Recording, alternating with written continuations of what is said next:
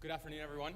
I want to, obviously you're all very sensitized to privacy at the moment. We're going to address that, but really today what we're going to do is go right into the application of omnichannel, or what some people call multi-channel data today. Now, again, my name is David Brudenell. I work for a company called Pure Profile, and my co-presenter here, Chris Catchpole, works for Quidco, a loyalty program. And our two companies came together last September to release a new platform called Quidco Opinions, which leverage our 14 years of experience in panel access and single sourcing data solutions at Pure Profile, and Quidco, which is one of the UK's largest loyalty platforms, offering cash back for consumers. So the two companies had a lot of alignment, and we had the ability to actually bring consumers to the table when it came to their data and offer them additional cash back opportunities. Now, what we're really excited by, and we're excited by a few things with this alliance, is that it gives us access to new types of data not previously accessible by market researchers. And what I mean by that is actually in the normal market research process. So that's delivering online surveys, writing questionnaires, and getting the data. So a few takeaways from this particular slide is that this membership, or this alliance, brings together a panel of 4 million UK consumers who have, in many cases, never conducted market research before, so it's nice and fresh. But most excitingly, last year, Quidco tracked just shy of £1 billion worth of transactions on everything from long-haul airline flights to car insurance and the like. And those were across 4,000 individual merchants in the UK, across, I think, just shy of 500,000 SKUs, product SKUs. So with our two technologies together, we're able to build a solution that actually brings together a number of different data points. We can see here, obviously, the transactional data, and as I mentioned before, just shy of £1 billion worth of purchases. Profile data, and this is aligning some of the transaction engines that we have at Pure Profile to continually profile individuals to track their changes in attitudes and behaviors and preferences across a number of different and flexible categories. Obviously, mobile data, as Quidco has a number of applications, integrating check-ins and passive mobile data. And obviously, most importantly to you, is the normal survey data. Now, the combination of all this data allows us to deploy things like nano surveys, because we already have a lot of the critical data to provide in the formats that you want, but also a number of other types, which I'll pass across to Chris. So, first of all, you'll have to excuse my voice. I've managed to pick up a bit of a cold, so apologies if I become a little bit difficult to understand. So, first of all, I want to talk about voice of the customer. We'll talk in a bit more detail as the slides go on in this space related to what we're offering is here. But we also offer the ability for our merchant partners to be able to gain access to all this information through an information portal. We have a whole suite of reports specifically around marketing and the activity they do with us, where we package that information up so they can gain access to it on a near real-time basis. And then finally, we offer a set of services called targeted marketing, where we're able to drive action for our merchants, and they can get their hands on the customers that they want to give the right offers at the right time across multi-channel technology. So yeah, so what really we see, and again, this is an example of Jared here, is that the two companies brought together really provide access to social, VPI, or volunteered personal information and behavioral in a opt-in and educated manner for you, the research community.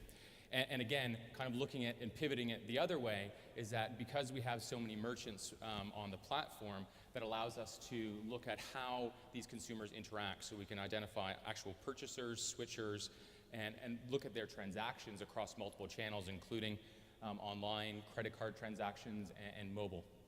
And obviously, again, circling that back to Jared. Now, what are we going to do with this new type of data that's all linked?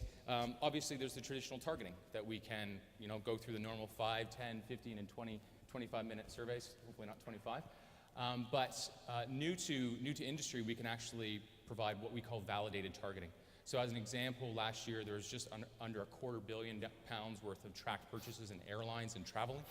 So that means that we can identify long-haul flight travelers in business class, and those can be put into target markets for online surveys. As well, we talked about the linking of transactional data, anonymized transactional data to your studies.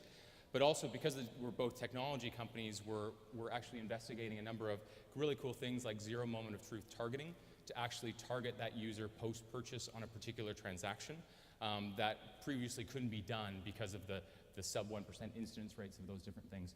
And obviously, because all this data operates in this closed loop system, we could look at things like discount elasticity and also continually test in your fishbowl those messages, those offers, those competitions that drive incremental sales.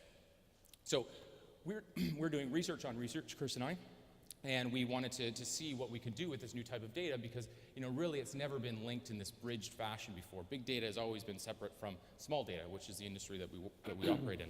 So we looked at a number of different industries, and really the question is, what can I do to get a competitive advantage? Because in many of these industries, differentiation is so narrow. So we looked at the department store industry or the retail industry in the UK, and specifically drove the hypothesis to say, within the retail industry, do retailers differ in their impact across a number of customer satisfaction attributes? And when linking these attributes to transactional data, could we show a clear path to impact or demonstrable ROI? So looking at where these retailers sit on a map and really looking at where they can actually move to generate the most incremental sales. So I'll pass it across to Chris at this point. So we got our head of Insight Apps back in London to really start to ask the questions that we hoped would be able to drive the information that we wanted. So first of all, a little bit about our methodology.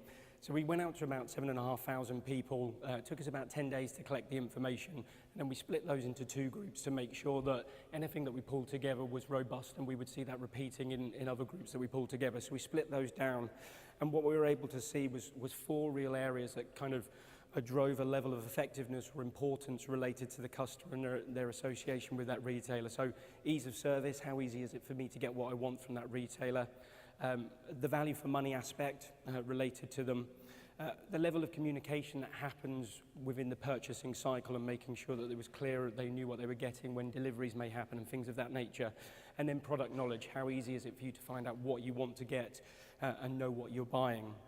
And so if we focus in on Argos here, you'll see this quadrant analysis that we pulled together. On the left-hand side there, we've got effectiveness of the merchant, and then on the bottom, the importance to the customer. So we focus on the top left quadrant here. What we can see is for Argos, they've got very strong effectiveness within ease of service. So it's very easy for the customer to get what they want from them. But actually, in terms of importance to the consumer, it's not that fantastic. As we move across to the right-hand side, we start to see around the communication. So the importance to the customer is going up. However, their effectiveness has dropped down. And then finally, our two last sections are related to the value for money that they see. So actually, it is important, but not quite as important as product knowledge for Argos.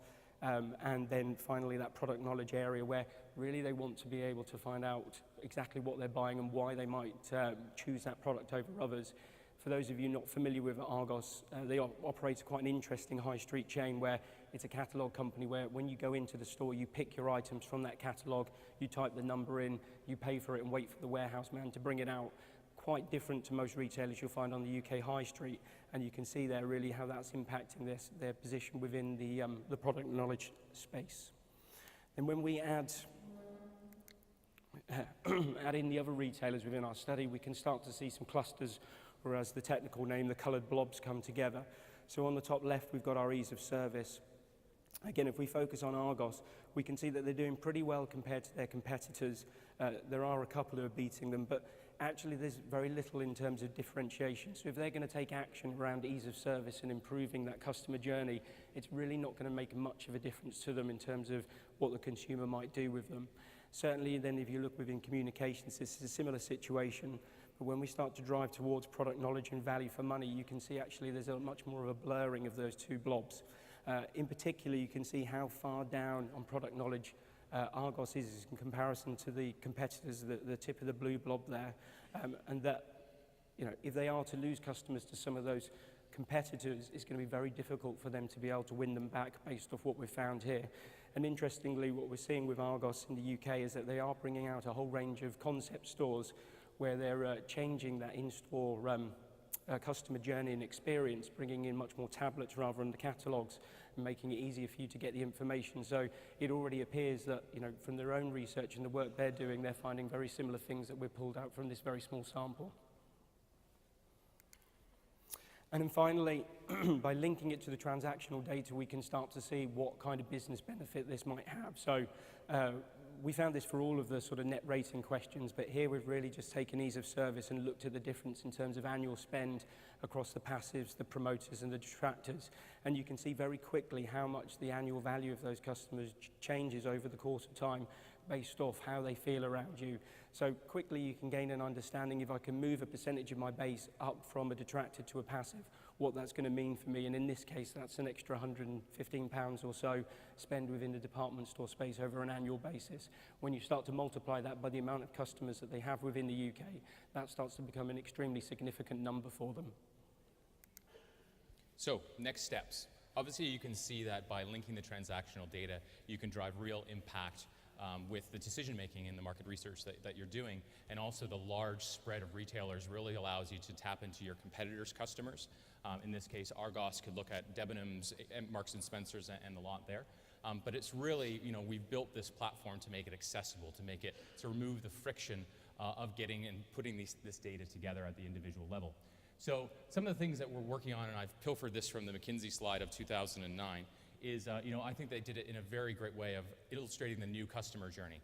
Customers have many more opportunities to look and consider at brands. They're considering more brands today because of the wealth of information that's out there, both user-generated and professionally put out there by brands. But most importantly here, you can see in the loyalty loop, is that their expectation for continual contact from brands is increasing at an increasing rate.